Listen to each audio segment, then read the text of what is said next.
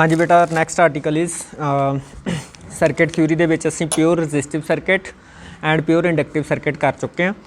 तो हुण असीं नैक्सट आर्टिकल करांगे that will be pure capacitive circuit. ठीक है, ये भी नाम तो क्लीयर है कि ये कला किहड़ा कंपोनेंट होएगा साडे कोल, कैपेसिटर ओनली। ठीक है, प्योर कैपेसिटिव सर्किट। क्लीयर। सो असीं एक AC वोल्टेज सोर्स फिर लवांगे। ठीक है, क्योंकि असी अल्टरनेटिंग करंट चैप्टर ठीक है पढ़ते पे हैं। सो ये AC वोल्टेज सोर्स लिया, वो नाल असी एक कैपेसिटर जिहड़ा आ वो लगाता इस तरह सर्किट दे विच। क्लीयर।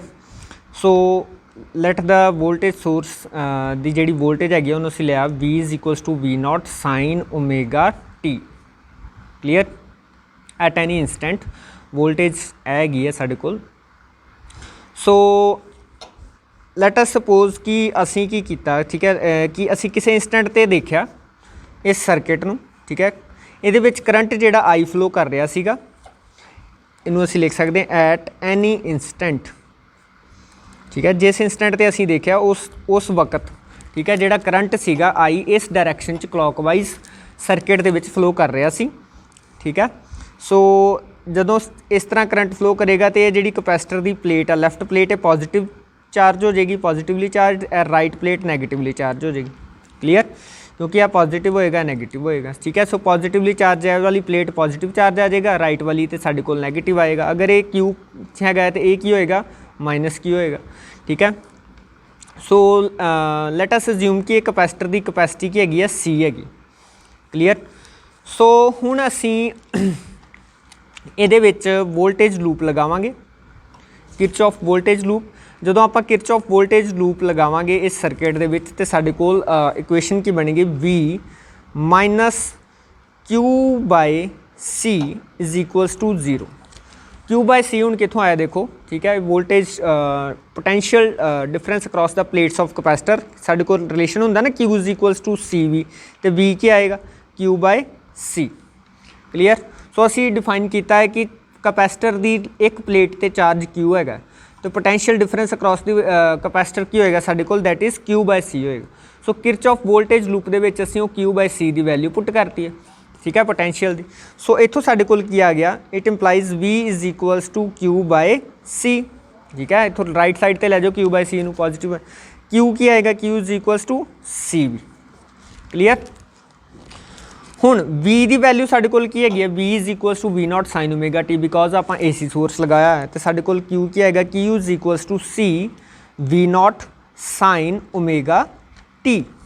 क्लीयर। सो आपां वोल्टेज AC वोल्टेज सोर्स लगाया है, वोल्टेज सानू पता है V = V0 sin ω t दे नाल वेरी कर रही है। ठीक है, हुण असीं करंट निकालते हैं। ठीक है, सो करंट निकालण वास्ते असीं की करांगे बेटा, ए साडे कोल Q = CV0 sin ω t हैगा। असी करंट की हुंदा है एज करंट I = dQ/dt। असी टाइम दे विद रिस्पैक्ट टू इस इक्वेशन नूं की कर देंगे, डिफरेंशिएट कर देंगे। ठीक है, सो C भी कॉन्सटेंट आ, V0 भी कॉन्सटेंट आ। क्लीयर, ये बाहर रह जाएंगे। जो साइन थीटा की डिफरेंसीएशन की sin ω t की डिफरेंसीएशन होएगी cos ω t नाल क्या आएगा ओमेगा × ओमेगा आएगा। ठीक है, सो इत्थे I = की आएगा ω/C V0 cos ω t। Clear. So ये हुण देखो नैक्सट स्टैप की होएगा साडे कोल। हाँ जी, हुण जदों असीं ए वाली क्वांटिटी साडे कोल हैगी है I = ω/C V0 ठीक है cos ω t। जेकर आपां इस क्वांटिटी नूं ω/C V0 नूं आपां I0 लै लीए तो ये असीं की लिख सकते हैं फिर I = I0 ठीक है cos ω t, where I0 = ω/C V0। Clear. So I0 नूं असीं की लिख सकते हैं V0 बाय ω/C, इनू मैं नीचे जाके इदां लिख सकता 1/ω/C। इत्थों जदों उपर जाएगा सब तो ω/C V0 यही बन जाएगा। ठीक है, सो I = V/R हुंदा है अकॉर्डिंग टू ओहम्स लॉ। ठीक है, सो V0 बाय इत्थे की आएगा हुण कैपेसिटर के केस प्योर रजिस्टिव के केस तो रजिस्टेंस होंदी है, प्योर इंडक्टिव सर्किट के केस साडे कोल रिएक्टेंस इंडक्टिव रिएक्टेंस होंदी है। सो इत्थे असीं रजिस्टेंस नहीं डिफाइन कर सकते, कैपेसिटर। सो इत्थे असीं की डिफाइन करांगे XC, वेयर ठीक है, इनू नाल लिख लो, where X C is equals to capacitive reactance, ठीक है, कैपेसिटिव रिएक्टेंस। तो एक्स सी की वैल्यू क्या आएगी साढ़े कोल, X C is equals to 1/ओमेगा सी। क्लीयर। ये बेटा यूनिट की होंगे साढ़े कोल, ओहम्स होंगे, ठीक है, ये यूनिट की होंगे, ओहम्स होने, इनू आप कैपेसिटिव रिएक्टेंस बोलते, ठीक है। सो हुण साढ़े कोल की आएगा, I is equals to I naught cos omega T, ठीक है, पर असी V naught sine omega T लिया। अगर आप फेस डिफरेंस देखना है तो असी की करांगे, कॉस नू साइन च कन्वर्ट करांगे, ये क्या आएगा, I is equals to I naught sine omega T plus 90 degree, 90 plus theta, ठीक है, बन जाएगा ना कॉस ओमेगा टी, ठीक है। सो ये क्या आएगा, I is equals to I naught sine omega T plus π/2 लिख सकते हैं। हुण यह साडे कोल की आ गया, करंट की इक्वेशन आ गई। वोल्टेज की इक्वेशन साडे कोल की हैगी, V is equals to V naught sine omega T. Current की इक्वेशन क्या हैगी, I is equals to I naught sine omega T plus π/2। हुण इत्थे देखो दोनों का फेस देखो, वोल्टेज का फेस की है ओमेगा टी, करंट का फेस की है ओमेगा टी प्लस π/2। इसका मतलब करंट इत्थे की करेगा, लीड करेगा, अगे होके चलेगा, ठीक है ना। Current will lead the potential by 90 degree, किन्ने फेस ना लीड करेगा, 90 डिग्री ना। सो करंट असी की लिख सकते हैं, करंट विल लीड और lead the potential by 90 degree. Okay students, ठीक है। सो करंट जिहड़ा वो लीड करेगा 90 डिग्री के फेस नाल, ठीक है। सो असीं ये भी कह सकते हैं कि phase difference between the current end voltage इत्थे भी 90 डिग्री है, पर की हैगा उत्थे करंट प्योर इंडक्टिव सर्किट के केस करंट लैग करता सीगा, प्योर कैपेसिटिव सर्किट के केस साडे कोल करंट की करेगा, लीड करेगा, ठीक है। क्योंकि देखो ओमेगा टी प्लस π/2 आ रहा, उत्थे ओमेगा टी माइनस π/2 आंदा सीगा प्योर इंडक्टिव सर्किट के केस। सो इत्थे असीं कुछ नहीं किया, एक प्योर कैपेसिटर लिया, ठीक है, प्योर कैपेसिटिव सर्किट ले लिया, उन्होंने AC सोर्स सप्लाई किया, वो किरचॉफ वोल्टेज लॉ लगा के असीं करंट निकालिया, बेसिकली क्यू निकालिया, पहले क्यू तो dq/dt करके करंट निकालिया, करंट की इक्वेशन निकाल के फिर असीं कैपेसिटिव रिएक्टेंस डिफाइन करती उहदे चों, ठीक है, ओहम्स लॉ नाल कंपेयर करके तो बाद विच असीं करंट दीयां ट्रिग्नोमेट्रिक रेशोज़ करंट ते वोल्टेज दीयां सेम करके उन्हां च फेस डिफरेंस निकालिया। सो हुण असीं अगर फेजर डायग्राम ड्रॉ करते हैं, देखो for pure capacitive circuit phasor diagram साडा की होएगा, फेजर डायग्राम विल बी, हाँ जी, सो कुछ इस तरह का होएगा, देखो, हाँ जी। अगर आप आया फेजर, ठीक है, जिहड़ा इहदी लेंथ V0 मानते हैं, ठीक है, दिस इज़ ओमेगा टी, साडे कोल ओमेगा टी है, इहदी प्रोजैक्शन जिहड़ी इत्थे बनेगी, ठीक है, वर्टिकल एक्सिस ते ए की बनेगी V0 साइन ओमेगा टी, ठीक है। हुण इत्थे करंट की करेगा, करंट अगे जा रहा है, मतलब करंट की करेगा इत्थे, ठीक है, this is I0। Clear. Current का ते वोल्टेज का कितना फेस डिफरेंस है साडे कोल, 90 degree. Clear. 90 degree they phase difference नाल करंट की चल रहा, अगे चल रहा, ठीक है, वोल्टेज दे फेजर नालों अगे चल रहा। क्लीयर।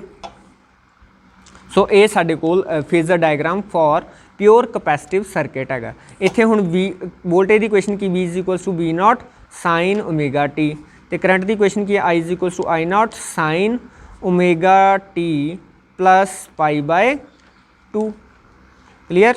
अगर आप इसे फेजर डायग्राम सिंपल करके बनाना है तो साडे कोल वोल्टेज हैगी है, मान लो, तो करंट की होएगा, अगे चल रहा, सो करंट नूं हुण अगे बनावांगे, उपर बनावांगे, ठीक है। वोल्टेज इधर है, क्लॉकवाइज आप अगे चलते हैं, सो एंटी क्लॉकवाइज अगे चलते हैं, तो करंट की करेगा, वोल्टेज तो 90 के फेस डिफरेंस नाल अगे चलेगा, वोल्टेज इधर है, करंट 90 अगे चल रहा।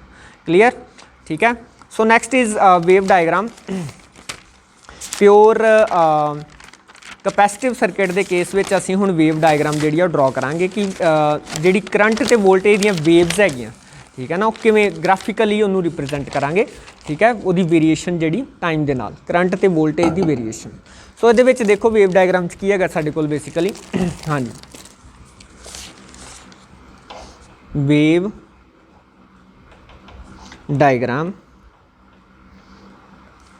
बहुत सिंपल है, ठीक है। इहदे विच की हैगा, देखो this is time, so V is equals to V0 sine omega T दी जिहड़ा बनेगी, ठीक है, वेव वो कुछ इस तरह की बनेगी, it is V is equals to V0 sine omega t. Clear. So I is equals to ਦੂਜੇ ਪਾਸੇ ਸਾਡੇ ਕੋਲ ਹੁਣ ਕਰੰਟ ਜਿਹੜਾ 90 ਦੇ ਫੇਸ ਨਾਲ ਅੱਗੇ ਚੱਲ ਰਿਹਾ, ਇਟ ਮੀਨਸ ਜਦੋਂ V 0 ਆ ਕਰੰਟ ਕਿੰਨਾ ਹੋਏਗਾ ਮੈਕਸਿਮਮ, ਜਦੋਂ V ਮੈਕਸਿਮਮ ਚਲਾ ਗਿਆ ਕਰੰਟ ਕਿੰਨਾ ਆ ਜਾਏਗਾ 0, ਠੀਕ ਹੈ। ਜਦੋਂ V ਅਗੇਨ 0 ਆ ਗਿਆ ਕਰੰਟ ਕੀ ਹੋ ਜਾਏਗਾ ਨੈਗੇਟਿਵ ਮੈਕਸਿਮਮ, ਠੀਕ ਹੈ। V ਨੈਗੇਟਿਵ ਮੈਕਸਿਮਮ ਹੋਇਆ ਤੇ ਸਾਡੇ ਕੋਲ ਕਰੰਟ ਕੀ ਹੋ ਗਿਆ 0, V ਅਗੇਨ 0 ਆਇਆ ਕਰੰਟ ਕੀ ਹੋ ਗਿਆ ਪੋਜ਼ਿਟਿਵ ਮੈਕਸਿਮਮ, ਠੀਕ ਹੈ। ਇਸ ਤਰ੍ਹਾਂ ਸਾਡੇ ਕੋਲ ਜਿਹੜਾ ਆ ਉਹ ਕਰੰਟ ਦੀ ठीक है बनेगी wave that will be like this dotted, ठीक है। सो ये डॉटेड वाली जी वेव हैगी है that is I is equals to I not sine की आएगा omega T plus pi by 2, क्योंकि करंट हुण की कर रहा लीड कर रहा। सो ये भी की होएगा देखो when the current is maximum, current जदों मैक्सिमम आ वोल्टेज साढ़े कोल की होएगी वोल्टेज इज मिनिमम, ठीक है। वोल्टेज मिनिमम होएगा, ठीक है, एंड वाइस वर्सा, मतलब जो करंट मिनिमम आ वोल्टेज की होएगी मैक्सिमम होएगी। क्लीयर। सो अगर आप एक्सी वर्सिस फ्रीकुएंसी का ग्राफ आप ड्रॉ करते हैं, सानू पता हुण देखो एक्सी वर्सिस फ्रीकुएंसी की हैगी है F, ठीक है, द ग्राफ आप अगर ड्रॉ करते हैं तो की आएगा। हुण सानू पता XC की हुंदा है it is equals to 1 by omega C, ठीक है। ओमेगा की है 2 पाई F, सो ये क्या आएगा 1 बाय 2 पाई FC, ठीक है। सो XC वर्सिस फ्रीकुएंसी का ग्राफ को जिस तरह का होएगा इनवर्सली प्रोपोर्शनल आ रहा, देखो XC is inversely proportional to F आ रहा, इनवर्सली प्रोपोर्शनल आ रहा है ना for the capacitor of given capacitance and 2 pi is also constant, C भी कॉन्स्टेंट हो जाएगा। F जी है वो अगर आप बढ़ावांगे तो साढ़े कोल XC की होएगा घटेगा because both are inversely proportional to each other, so that's why the graph will be like this. Clear. So this is XC versus frequency graph, ठीक है स्टूडेंट्स। अगर कोई भी डाउट होए यू कैन आस्क। ये असी देखा सर्किट थ्योरी कि सिंपल सर्किट असी कीते पहला प्योर रजिस्टिव, फिर प्योर इंडक्टिव, फिर प्योर कैपेसिटिव, ठीक है। सो ये समरी जी उसी नैक्सट लैक्चर जो सीरीज़ LR सर्किट आप करने तो सीरीज़ CR सर्किट करने वो आप रीकैप तीनों कंपेयर करांगे। ओके, वाहिगुरू जी का खालसा वाहिगुरू जी की फतेह।